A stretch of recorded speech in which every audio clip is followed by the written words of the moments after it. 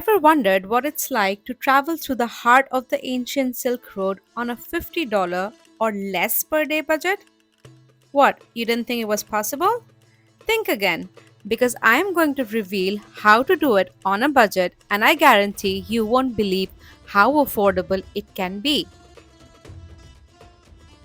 One of the most underrated countries in the world, Uzbekistan is a Central Asian gem with a population of around 35 million people. It is renowned for its ancient Silk Road cities such as Tashkent, Samarkand, and Bukhara, as well as its Hi. vibrant culture, historical monuments, and warm hospitality. With a history that spans thousands of years, Uzbekistan offers a unique blend of old world charm and modern amenities. Did you know that this stunning country only opened up for tourism as recently as 2016? Yes, you heard me. Now, without further ado, let's get this vlog started, shall we? But if you're new here, watch this first. Hi guys, I'm Aditi and welcome to my channel, The Grounded Hippie. I'm a full-time ESL teacher and part-time travel vlogger, and I enjoy traveling and creating content for you from all around the world. I mostly travel solo and sometimes also with friends. I'm excited to take you all on a journey with me through some of the most fascinating places in the world. And the best part is that I'm just getting started, so you get to follow along from the beginning. So, subscribe to the channel and come with me on an adventure of a lifetime. I have said this before and I will say it again. You don't need to be rich to travel, and it doesn't always have to be expensive. Now, there are a lot of ways to save money while traveling, from finding cheap accommodation to eating at local markets. And I'm going to show you how, just like I did in my Thailand budget planning vlog. So if you haven't checked it out yet, I will put the link somewhere on the top of the screen. Moving on, Uzbekistan is smack in the middle of Central Asia, bordered by Kazakhstan, Kyrgyzstan, Tajikistan, Afghanistan, and Turkmenistan. Although Uzbekistan is fairly connected to the rest of the world, finding affordable flights to the country could be tricky if you don't plan it well. For my travel in April, I booked the tickets from New Delhi to Tashkent at the end of February, and I was lucky to get a return ticket on a direct Indigo flight with 30 kilos check in luggage for only 20,000 Indian rupees, which isn't even $250. But if time isn't a problem, you can always make use of Skyscanner's special feature that shows you the cheapest month to travel to any country and book the tickets. Getting a visa for Uzbekistan is pretty straightforward. You can apply online for an e visa, which costs around $20 and is valid for 30 days. It takes about 3 to 5 business days for your visa to be issued and sent to your email. It's a breeze compared to some other countries, but keep in mind that the tourism sector of Uzbekistan is pretty new and they are still working on developing many facilities. So sometimes the website could be under maintenance. So be calm and plan well. I have put the link for the official website in the description below, and I'm going to talk about the visa process for Uzbekistan in detail in the next vlog. So if you haven't followed the channel yet, now may be a good time to smash that subscribe button and hit the bell icon. Just saying. And if you have more queries or doubts, you can follow me on Instagram and DM your queries, and I'll be happy to help. Accommodation in Uzbekistan is super affordable. You can find options ranging from $10 hostels to $50 mid range hotels.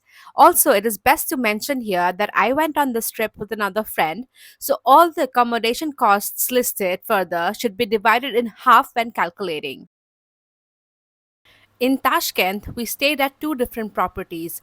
A somewhat fancy hotel at the beginning of our stay for around 6,000 rupees for 2 nights in a massive room with a private bathroom, and one of the most famous hostels in the heart of the city for 1,500 rupees for 1 night in a cozy twin bedroom with shared bathroom.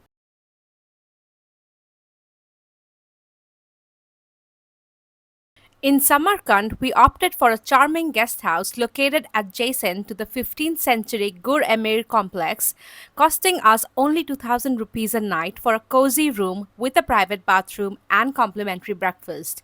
It was only 10 minutes walking distance from the famous Registan Square, so a perfect spot to immerse yourself in the city's history.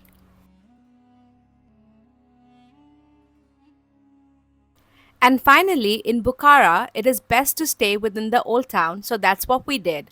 And we stayed at a pretty little boutique hotel or guest house for around 2800 rupees for 2 nights. The room was surprisingly spacious and with a private bathroom. You can check out booking.com and Hostel World for more great deals, but links to the places I stayed are in the description below. Traveling within Uzbekistan is literally a piece of cake and is unbelievably affordable, especially if you download the Yandex.Go app. For context, a cab from Topchan Hostel to Chorsu Bazaar in Tashkent cost us 15,000 Uzbeki som, which is only 100 rupees for almost 10 kilometers. And a cab to the airport was 12,500 som or 83 rupees for 5.5 kilometers. Local transportation such as buses and metros are widely available as well, but we mostly took cabs because it was more convenient and affordable when split between two people. Additionally, all major cities in the country are connected via Uzbekistan railways that can be booked in advance. A quick tip: you do not want to miss experiencing a ride on the world's cheapest bullet train when in Uzbekistan.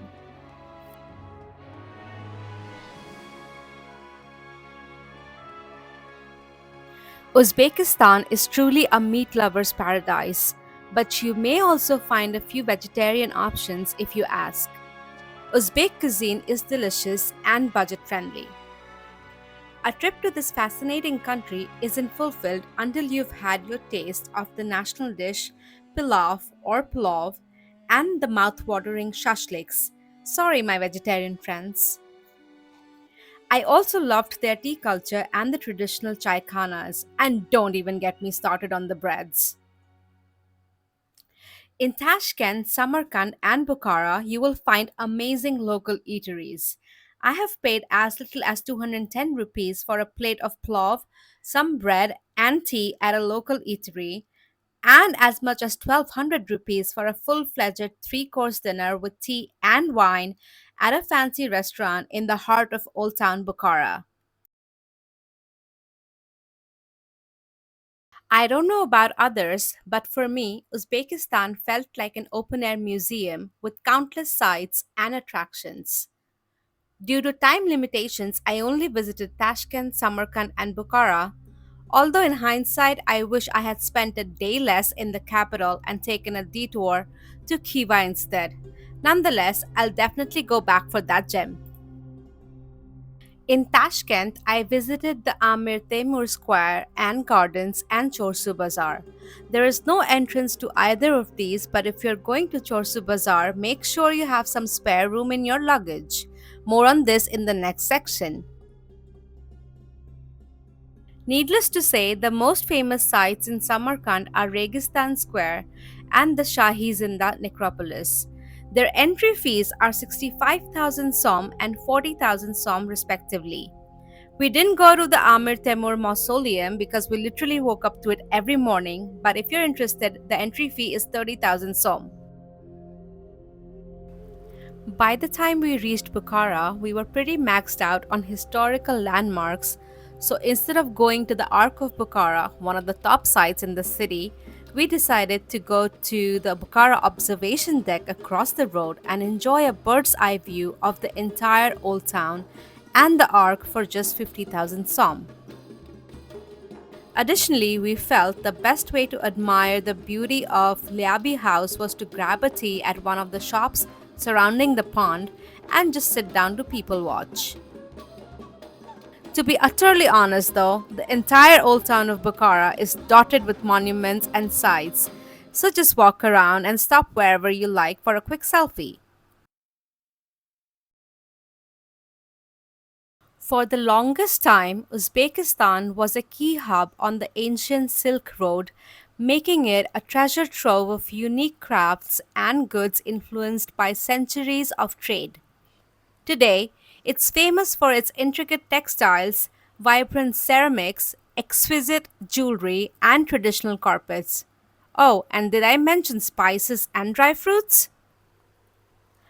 Although we only had enough time to visit the most famous Chorsu Bazaar in Tashkent, you shouldn't miss Lyab Bazaar in Samarkand, which is a must visit for local produce and crafts, and Bukhara's Toki Zargaron, the jewelry market, which is perfect for finding intricate ornaments.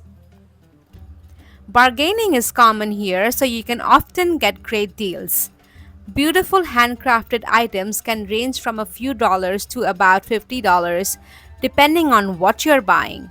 For instance, I bought a combination of premium quality apricots, pistachio, almonds, and mixed dry fruits for 330,000 som, or slightly over 2,000 rupees for 4 kilos, and a t-shirt for my 4-year-old nephew for 40,000 som, or 260 rupees. I also bought a pack of 5 postcards and 6 fridge magnets as souvenirs for 130,000 som. So, there you have it. 7 days in a magnificent country for less than 50,000 rupees, including flights and visa. Also, I have put all necessary links from today's vlog in the description below, so be sure to check them out.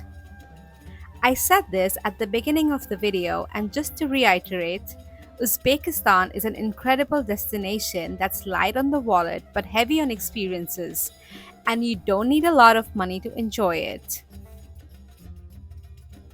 If you find this vlog useful, don't forget to leave it a like and maybe a comment. See you in the next one.